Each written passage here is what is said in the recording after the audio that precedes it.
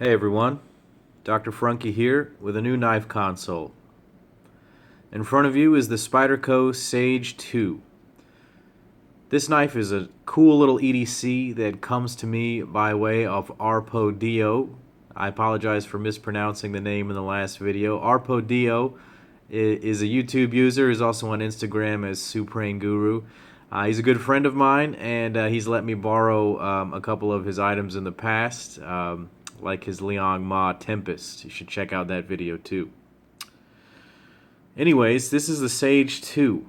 This is an interesting little knife that I am experiencing for the first time. It has been well documented and reviewed online in the forums and on YouTube.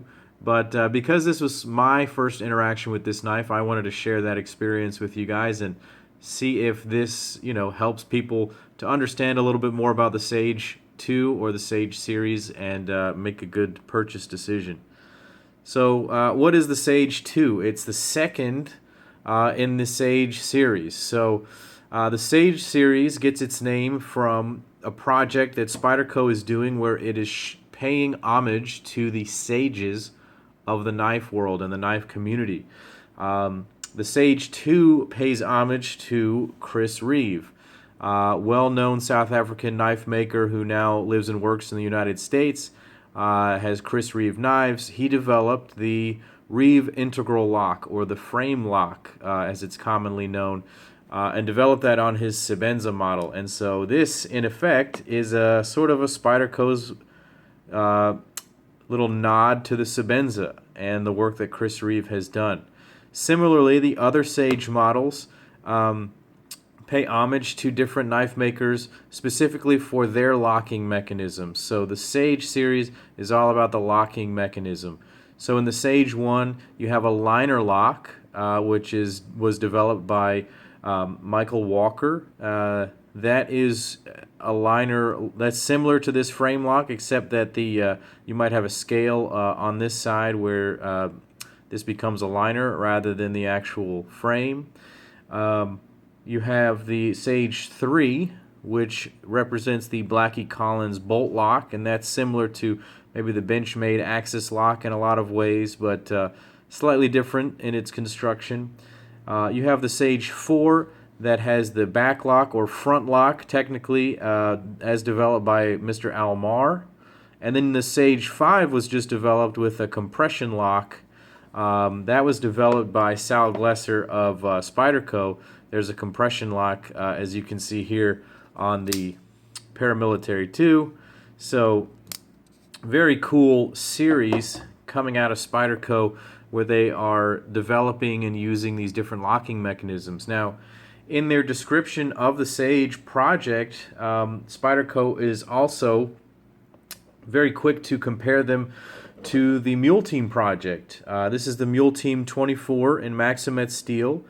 You can check out my review on this knife on my channel as well. The Mule Team project, as described in that video, is a project where Spyderco creates the same fixed blade knife in a bunch of different steels, and then they develop those steels and then put them into regular production models. The Sage series is where Spyderco creates the same small folding knife, the same ergonomics, the same shape, the same appearance and everything, but they use different locking mechanisms. And so that's really neat. I like that Spyderco is constantly experimenting and trying new things, and even just updating and improving some of the old things like these locking mechanisms. So very cool. Well, when Mr. Supreme Guru gave me this knife, my first impressions were all very positive. I have had a Spyderco Native 5. I've had a Domino. I've had two Dominoes actually reviewed on this channel. But I've never held or used the Sages. And I was always intrigued because I love the small Spyderco EDC size knives. I think that they just execute them perfectly. They give them everything they need, and they don't give them any sort of extra frills that they don't need. Very similar knives, all three of those, but the Sage series may be the most popular simply because of the price points and of the materials. This one, in its titanium frame lock version, has a very solid lockup. It feels very strong. You can feel the quality in the build already. Just when the first time you open it, it's enough titanium to feel very strong and rigid, but not enough to make it heavy. You know it's going to be a nice slicer because it's got the Spyderco full flat grind in S30V. Right off the bat, you know that this is going to pocket well, that it's going to work well. And so first impressions are going to be positive here. Very nice to the touch as well. So let's break this knife down in terms of its different components. Up here, we've got a S30V blade that's 3 inches long with about a 2.6 inch cutting edge there. It's done in a full flat grind with the machined satin. This comes out of the Taichung, Taiwan factory, so we know that they can grind a blade really well, and they do good work with titanium. It comes very sharp from the factory. This one has got a mirror polished wicked edge done on it by its owner, and so this one is hyper sharp. This will just split atoms in two pretty much, so really sharp. It holds the edge really well. S30V we know is a solid steel. There are some steel snobs out there that might think it's not good enough, but this will do everything that any normal human is going to need in terms of cutting and performance. So the blade, very functional. It's got that forward finger choil, and it's got the thumb ramp back here that Spyderco does so well on so many of their knives. For a good comparison, you know, I'll bring back the Paramilitary 2 here. We can get a size comparison and also see, you know, where Spyderco excels in terms of its ergonomics. These front finger choils are just awesome. They allow for a lot of different grips and a lot of control over the blades. The Paramilitary 2, also an excellent knife. Check out my review on that one. So back a little bit to the pivot now. The pivot is riding on phosphor bronze washers. You can see those shiny things in there. I just cleaned those out yesterday or 2 days ago actually. There was a little bit of stuff built up on them, but after years of use, honestly, it was alright. So I cleaned them up, polished them up, and now it's just riding very smoothly. The action is as smooth as anything you would ever need. Opening and closing is a dream. It's very smooth. It's got a smooth detent. It's not too heavy. It's not too light. It allows for the spider flick, which is my preferred method of opening. You can also open very easily with the thumb hole, of course, or with a thumb flick. Taichung kind of makes their holes a little bit sharp, so not the most ergonomic that way. That's another reason I like spider flicking it. You don't ever hurt your finger or anything. Very smooth on its washers, very simple to deconstruct pivot. These are 2 screws that are screwed into a smaller little standoff type pivot type thing on the inside, and very simple construction, easy to take apart. Back to the handle, you've got a full 6AL4V titanium handle here. Just like Chris Reeve, they've milled the lock into the handle here. That's why it's called the integral lock or integral lock. It's integrated into the frame itself. Titanium, as it rides on hardened steel, is not an ideal interface because the titanium might wear away, thus pushing the lock farther and farther in this direction into the blade tang and creating a weaker lock mechanism. But just like what Chris Reeve does on their knives, Spyderco appears to have carbonized the tip on that. There is no lock stick, as can be seen on many titanium frame locks. But this one is very smooth, and the operation is great.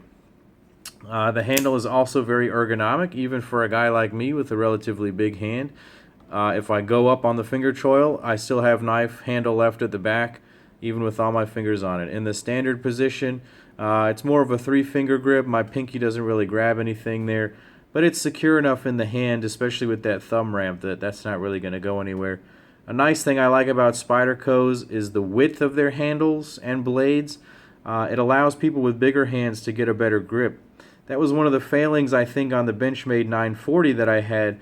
Even though it has a lot, maybe more blade at 3.5 inches, it's so much narrower it didn't fit in my larger hand very well.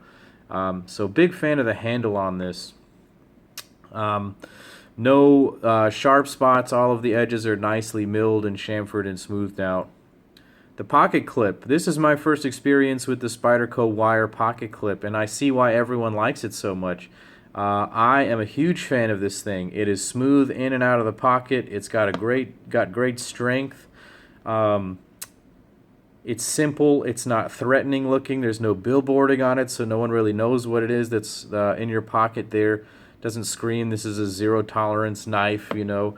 Hey, everyone, look at me. I have a ZT in my pocket, you know. So, you know, even other companies, even We puts their little logo on there. So I do appreciate a simpler pocket clip sometimes. Functions very well, slides in and out of the pocket very easily. So in terms of an everyday carry knife, you're not really going to get a whole lot better than this in terms of function and form. It's lightweight, 3.5 ounces, 3-inch blade. It's going to be legal in a lot of places. It's a manual opener, unassisted. So this knife is going to have a lot of universal appeal. I can strongly recommend this knife to anyone who's considering picking one up. It is a little bit less expensive than maybe a Benchmade mini griptilian, and maybe a lot better in terms of a knife. I could be wrong about that, but they do offer the Sage at many price points, so check them out. I think that this, honestly, I love the Spyderco EDC form factor as opposed to the Benchmade 940. I mentioned that before, and it's going to be a great knife. If you want to carry it, I would highly recommend it. It's lightweight, it comes sharp. It's great for all hand sizes because of that forward finger choil. The clip is very easy to use, and it's non-threatening to the sheeple of the world who get scared if somebody pulls out something that looks a little bit more tactical, maybe like my ZT up here. So this is a bit of a bold statement, whereas this is a bit more reserved in appearance. So in conclusion, I strongly recommend the Sage 2 and the entire Sage series. Spyderco really has yet to create a product that I don't like. You can feel the quality in everything that they do, and you can definitely feel it in this knife. This is a refined gentleman's folder, very easy EDC knife to have and use and clean and operate. So if you were thinking about getting one, I would definitely recommend it. Maybe pick one up on the secondary market, because just like even this one that's been used and abused for a number of years, this thing is still rock solid and can take a wicked edge and hold it for a long time. So there's nothing wrong with a slightly used one of these guys. It will just keep working. Anyways, guys, thanks for watching the video. If you enjoyed what you see, click like and subscribe. I'll come back on the next one, and I'll see you soon, okay? Here's Dr. Frunkey saying take care.